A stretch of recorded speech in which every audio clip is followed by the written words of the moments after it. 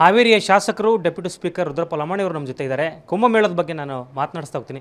Sir, Mallikarjun Kharge ಅವರು ನಿಮ್ಮ ಅಧ್ಯಕ್ಷರು ನೀಡಿದಂಥ ಹೇಳಿಕೆ ಸಾಕಷ್ಟು ಚರ್ಚೆಗೆ ಗ್ರಾಸ ಆಗಿತ್ತು. ಕುಂಭಮೇಳಕ್ಕೆ ಹೋಗಿ ಸ್ನಾನ ಮಾಡೋದ್ರಿಂದ ಹೊಟ್ಟೆ ತುಂಬಲ್ಲ, ಬಡವರು ಬಡತನ ಹರಿಯಲ್ಲ ಅಂತೆಲ್ಲ ಹೇಳಿದರು. ಈಗ ಅದೇ ಥರ ಅದಾದ ನಂತರ ನಿಮ್ಮ ಡಿ ಕೆ ಶಿವಕುಮಾರ್ ಅವರು ಕೂಡ ಕುಂಭಮೇಳದಲ್ಲಿ ಭಾಗಿಯಾಗಿದ್ದರು. ಈಗ ನಿಮ್ಮ ವಸತಿ ಸೌಕರ್ಯ ಸಮಿತಿಯಿಂದ ಏನೋ ಹೊರಟಿದ್ದೀರಿ ಅಂತ ಮಾಹಿತಿ ಇಲ್ಲ. ಈಗ ವಸತಿ ಸೌಕರ್ಯ ಸಮಿತಿ ಮಾತ್ರ ಅಲ್ಲ, ಒಂದು ಪಿಟಿಷನ್ ಕಮಿಟಿ ಅಂತ ಅರ್ಜಿಗಳ ಸಮಿತಿ ಅಂತ ಇದೆ. ಎರಡೂ ಕಮಿಟಿಗೆ ನಾನೇ ಅಧ್ಯಕ್ಷದನೇ. ನಮ್ಮ ಎಲ್ಲ ಶಾಸಕರ ಒತ್ತಾಯದ ಮೇರೆಗೆ ನಾವು ಹೋಗಬೇಕು, ನಮ್ಮನ್ನು ಕರ್ಕೊಂಡು ಹೋಗ್ರಿ, ನೀವು ಬರೋದ್ರಿಂದ ನಮಗೆ ಪ್ರೋಟೋಕಾಲು ಅನುಕೂಲ ಆಗ್ತತಿ. ನಾವು ಸಪ್ರೇಟ್ ಹೋಗೋದ್ರಿಂದ 3-4 ಕಿಲೋಮೀಟ್ರ್ ದೂರ ನಡೆದು ಹೋಗಬೇಕು ಅಂತ ಅವರು ಒಂದು ಬೇಡಿಕೆ ಇಟ್ಟಿದ್ದರು. ನಾನು ಸುಮಾರು ದಿವಸಗಳಿಂದ ನೋಡೋಣ ಅನ್ಕೊಂತ ಬಂದೆ. ಈಗ ಮುಗಿಯೋ ಹೊತ್ತಿಗಾರ ಹೋಗಣ್ರಿ, ಅವಾಗ ರಶ್ ಕಡಿಮೆ ಆಕತಿ. ಆವಾಗ ನಮಗೆ ಹೆಂಗೂ ದಕ್ಷಿಣ ಭಾರತ ಮತ್ತು ಉತ್ತರ ಭಾರತದಲ್ಲಿ 2 ವರ್ಷದಲ್ಲಿ 2 ಸಲ ಹೋಗಿ ಬರಲಿಕ್ಕೆ ಅವಕಾಶ ಇದೆ. ಆದ್ದರಿಂದ ನಾವು ಬಿಹಾರ ಮತ್ತು ಉತ್ತರ ಪ್ರದೇಶ ಎರಡು ರಾಜ್ಯಗಳಿಗೆ ಟೂರ್ ಹಾಕ್ಕೊಳ್ಳೋಣ. ಸ್ಟಡಿ ಟೂರು ಆಗ್ತತಿ, ಜೊತೆಗೆ ಈ ಒಂದು ಧಾರ್ಮಿಕ ಕಾರ್ಯಕ್ರಮದಲ್ಲಿ ಪಾಲ್ಗೊಂಡಂತೆ ಆಗ್ತತಿ ಅಂತೇಳಿ ನಮ್ಮ ಶಾಸಕರೆಲ್ಲರೂ ಒತ್ತಾಯ ಮಾಡಿದರು. ಒತ್ತಾಯ ಮಾಡಿದ್ರಿಂದ ನಾನು ಒಪ್ಕೊಂಡಿದ್ದೀವಿ. ಡೇಟು 23ನೇ ತಾರೀಕಿಗೆ ಫಿಕ್ಸ್ ಆಗಿದೆ. ಲಕ್ನೋ ಇಳಿದು ಅಲ್ಲಿ ಒಂದು ದಿವಸ ಪ್ರಯಾಗಕ್ಕೆ ಹೋಗ್ತೀವಿ, ಪ್ರಯಾಗರಾಜಕ್ಕೆ. ಅದರಿಂದ ಒಂದು ದಿವಸ ಅಲ್ಲಿ ಹಾಲ್ಟ್ ಮಾಡಬೇಕು. ನಮ್ಮ ಟಿ ಪಿ ಪ್ರಕಾರ, ಈಗಿನ ಟಿ ಪಿ ಪ್ರಕಾರ ಮಾಡಿ ಮರುದಿವಸ ಅಯೋಧ್ಯಕ್ಕೆ ಹೋಗ್ಬೇಕು. ಅಯೋಧ್ಯದಿಂದ ವಾರಣಾಸಿಗೆ ಹೋಗ್ಬೇಕು ಅಂತ ಒಂದು 3 ಕ್ಷೇತ್ರಗಳನ್ನು ಆಯ್ಕೆ ಮಾಡ್ಕೊಂಡಿದ್ದಾರೆ ಅವರು. ಆ ದಿವಸ ನಾವು ಹೋಗಲಿಕ್ಕೆ ವ್ಯವಸ್ಥೆನೂ ಕೂಡ ಸರ್ಕಾರಕ್ಕೆ ಪತ್ರ ಬರೆದಿದ್ದೀವಿ. ಸರ್ಕಾರ ಪರ್ಮಿಷನ್ ಕೊಟ್ಟರೆ ಹೋಗ್ತೀವಿ, ಕೊಡದೇ ಇದ್ದರೆ ನಮ್ಮ ಜಾಗದಾಗ ನಾವು ಇರ್ತೀವಿ. ಭಾಳ ಜನಕ್ಕೆ ನಿಮ್ಮ ಕಾಂಗ್ರೆಸ್ ಶಾಸಕರಿಗೆ ಕುಂಭಮೇಳಕ್ಕೆ ಹೋಗಬೇಕು ಅನ್ನೋಂಥ ಆಸೆ ಇದೆ. ಧಾರ್ಮಿಕವಾಗಿ ಎಲ್ರಿಗೂ ಆಸೆ ಇರ್ತದೆ. ಆದರೆ ಖರ್ಗೆ ಅವರು ನೀಡಿದಂಥ ಹೇಳಿಕೆ ಹಿನ್ನೆಲೆಯಲ್ಲಿ ನೋಡೋದಾದರೆ ಅವರು ಆ ರೀತಿ ಹೇಳಿದರು, ಬಡತನ ನೀಗಲ್ಲ ಅಂತೆಲ್ಲ ಹೇಳಿದರು. ಮತ್ತು ಈಗ ಹೆಂಗೆ ಸರ್ಕಾರದ ದುಡ್ಡಲ್ಲಿ ಯಾವ ರೀತಿ ಪ್ರವಾಸ ಆಗ್ತಿದೆ? ಈಗ ಖರ್ಗೆ ಅವರು ಹೇಳಿದ್ದು ಏನು ಪಾಪ ಮಾಡಿದರೆ ಅಲ್ಲಿ ಹೋಗಬೇಕು ಅಂತ ಅಲ್ಲ, ಅದರಿಂದ ತೊಂದರೆ ಆಗ್ತತಿ ಸಾರ್ವಜನಿಕರಿಗೆ. ಮತ್ತು ನೋಡ್ರಿ, ಅಲ್ಲಿ 30-40 ಜನ ಸತ್ತರು. ಎಷ್ಟು ಜನ ಸತ್ತರು ಅನ್ನೋದು ಇವತ್ತಿಗೂ ಕೂಡ ಲೆಕ್ಕ ಇಲ್ಲ. ಈಗ ಅಲ್ಲಿಯ ಸರ್ಕಾರ ಎಷ್ಟು ಜನ ಸತ್ತಾರಂತ ಕೇಳಿದಾರೆ, ಇವತ್ತಿನ ತನಕ ಸರ್ಕಾರ ಲೆಕ್ಕ ಕೊಟ್ಟಿಲ್ಲ. ಅನೇಕ ಜನ ಏನೇನೋ ಆಗಿ ಸಾಯ್ತಾರೆ. ಅದರಿಂದ ಅಷ್ಟು ನುಗ್ಗಲೊಳಗೆ ಹೋಗಿ ಪುಣ್ಯ ಸ್ನಾನ ಮಾಡೋದು ಸರಿಯಲ್ಲ. ಯಾವಾಗಾರ ಹೋದಾಗ ಬೇಕಾದಾಗ ಮಾಡ್ಬೋದು ಅಂತ ನಮ್ಮ ವ್ಯವಸ್ಥೆ ಏನು ಮಾಡಿದಾರೆ. ಈ ಹಬ್ಬ ಹರಿದಿನಗಳು, ಇಂಥ ದಿವಸನ ಪುಣ್ಯದ ದಿನ, ಇಂಥ ದಿವಸ ಪಾಪದ ದಿನ, ಹಾಗೇನು ಯಾರೇನು ಹೇಳಿಲ್ಲ. ಪುಣ್ಯ ಪಾಪ ನಮ್ಮ ಜೀವನದೊಳಗೆ ಅದಾವೆ.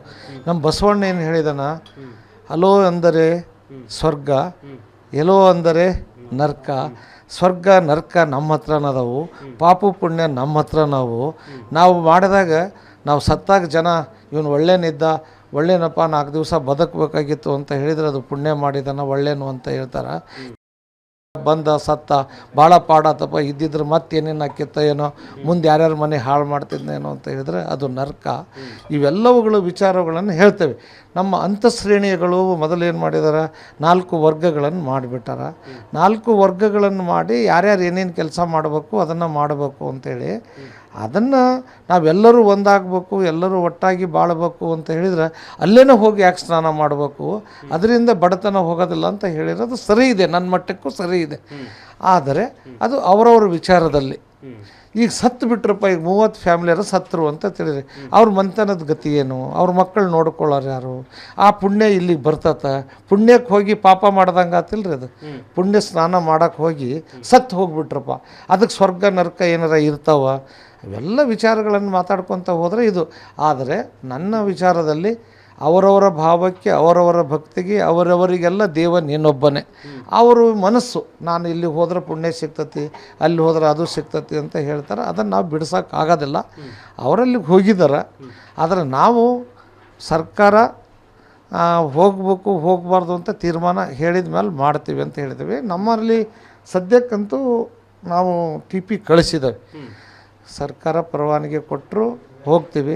ಒಂದು ವೇಳೆ ಕೊಡದೇ ಇದ್ರೆ ನಮಗೆ ಸಮಯ ಯಾವಾಗ ಸಿಗ್ತತಿ ಅವಾಗ ಬೇಕಾದ್ರೆ ನಾವು ಹೋಗ್ತೀವಿ. ನಮಗೆ ಪ್ರವಾಸ ಮಾಡಲಿಕ್ಕೆ ನಮಗೆ ಅವಕಾಶ ಇದೆ. ಈ ಎಮ್ ಎಲ್ ಎಗಳಿಗೆ ಮಾತ್ರ.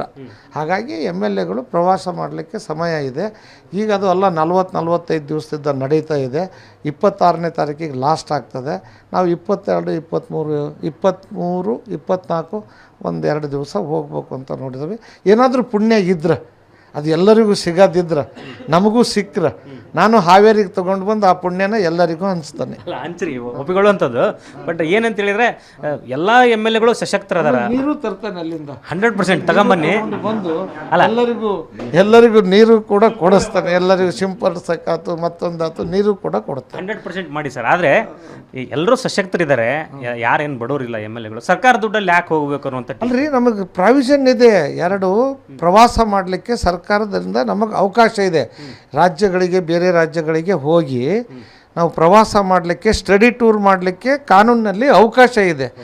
ಅವಾಗ ಹೋಗೋದಕ್ಕಿಂತ ಈಗ ಹೋಗಿ ಬಂದ್ರೆ ಅವ್ರು ಏನು ಪುಣ್ಯ ಪಡೆದು ಮಾಡಿ ಹೋಗಿದಾರೆ, ಅದ್ರಾಗ ಒಂದಿಟ್ಟು ಪುಣ್ಯ ಬಂದರೆ ಎಲ್ಲರಿಗೂ ಹಂಚನು ಅಂತ ನಾವು ಹೊಂಟೀವಿ ಅಷ್ಟೇ. ಆ ಸ್ಟಡಿ ಟೂರ್ ಜೊತೆ ಪ್ರಯಾಗರಾಜಲ್ಲಿ ಸ್ನಾನನೂ ಆಗ ಅಲ್ಲಿಗೆ ಹೊಂಟೀವಲ್ಲ, ಅಲ್ಲಿ ನಾವು ಮೀಟಿಂಗ್ಗಳು ಮತ್ತೊಂದು ಎಲ್ಲವೂ ಮಾಡ್ತೀವಿ. ಸರ್ಕಾರದೊಂದೇ ಮೀಟಿಂಗ್ ಮಾಡ್ತೀವಿ, ಎಲ್ಲ ಮಾಡ್ತೀವಿ.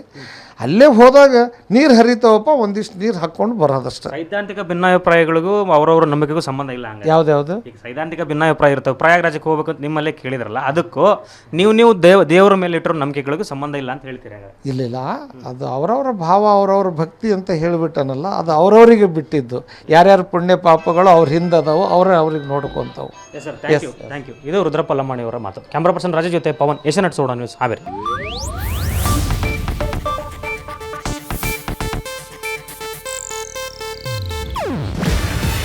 ಇದು ಏಷ್ಯಾನೆಟ್ ನ್ಯೂಸ್ ನೆಟ್ವರ್ಕ್ ಪ್ರಸ್ತುತಿ.